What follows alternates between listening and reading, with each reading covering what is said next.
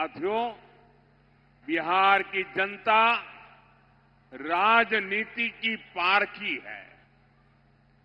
जो कहा जाता है, बिहार की जनता उससे आगे की बात समझ जाती है। आप आरजेडी कांग्रेस के जरा पोस्टरों को देखिए, जो सालों साल तक यहां मुख्यमंत्री रहे, जो बिहार में जंगल राज लाए, उनकी तस्वीरें पोस्टरों में या तो गायब है या तो एक कोने में छोटी सी तस्वीर रखी है, दूरबीन से भी दिखती नहीं है। अब मुझे बताइए भाई,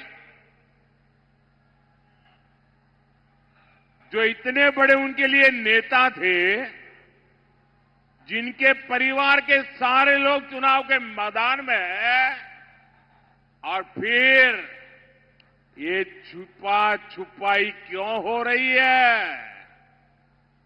अरे अपने पिता का नाम बोलने में, छुपाने में शर्म क्यों आ रही है?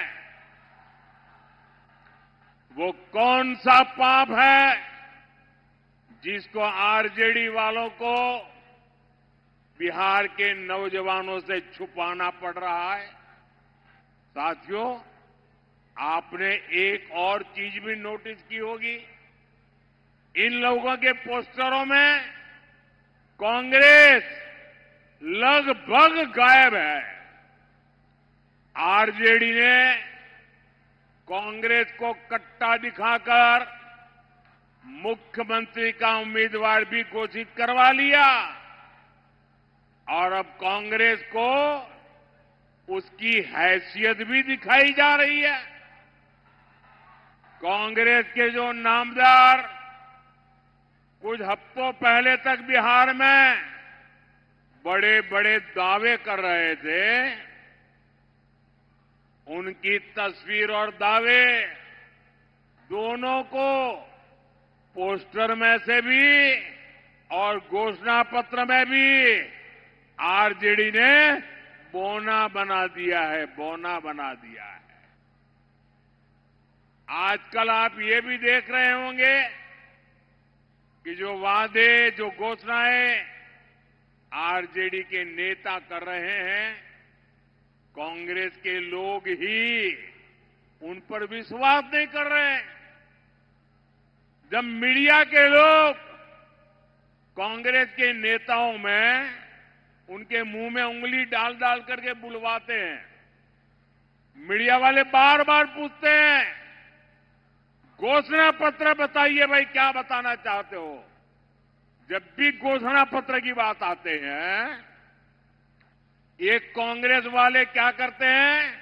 वो कहते हैं भाई घोषणा पत्र के लिए जो पूछना है वो जंगल राज के युवराज से पूछो, हमें मत पूछो। साथियों, ये हाल है इनका। कांग्रेस और आरजेडी के बीच लंबे समय से एक भीषण झगड़ा चल रहा है। कांग्रेस के नामदार ने छठ महापर्व को इसलिए भी ड्रामा बताया ताकि बिहार के लोग आरजेडी पर गुस्सा उतारे और आरजेडी को पराजित करे, इसलिए ऐसी बातें बोली जा रही है। कांग्रेस के जो दूसरे राज्यों के मुख्यमंत्री हैं, बड़े नेता हैं, उनके बयान आपने सुने होंगे। अलग अलग राज्यों में कांग्रेस के नेताओं से बिहार के लोगों के लिए जानबूझकर अपमानजनक बातें बुलवाई जा रही है। केरल के कांग्रेस नेता में उसने तो बिहार की तुलना बीड़ी से कर दी।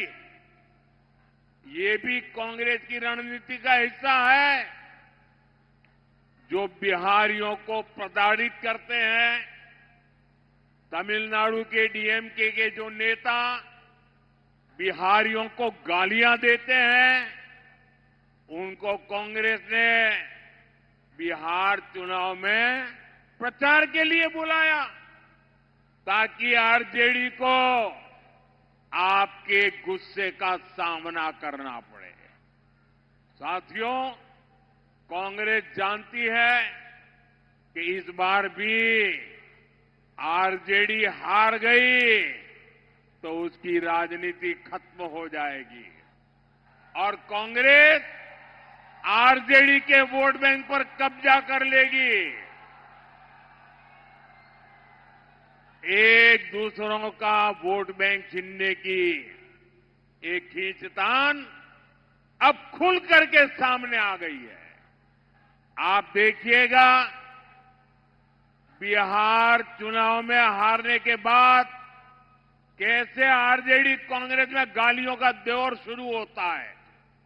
साथियों, बिहार का ये चुनाव बिहार को विकसित बनाने के लिए ये एक महत्वपूर्ण चुनाव है और विकसित बिहार का मतलब है हर परिवार की समृद्धि, आपके परिवार की समृद्धि, आपके बच्चों की भलाई।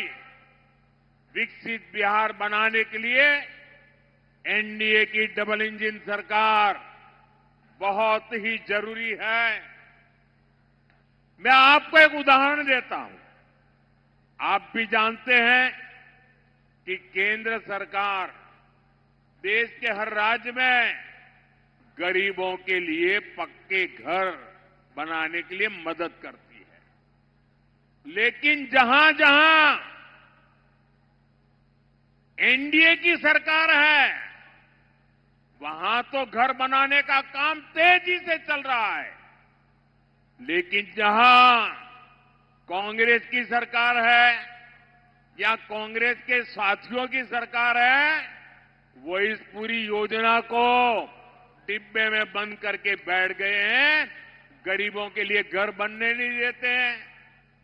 उनको लगता है कि गरीबों के लिए घर बनेगा तो ये तो मोदी का जय जयकार करेंगे और इसलिए कांग्रेस की सरकारें गरीबों को घर बनने नहीं देती है और इसलिए गरीबों के घर बनाने के लिए भी, पक्के घर बनाने के लिए मुझे आपके आशीर्वाद चाहिए, मेरे साथियों को लिए आशीर्वाद चाहिए।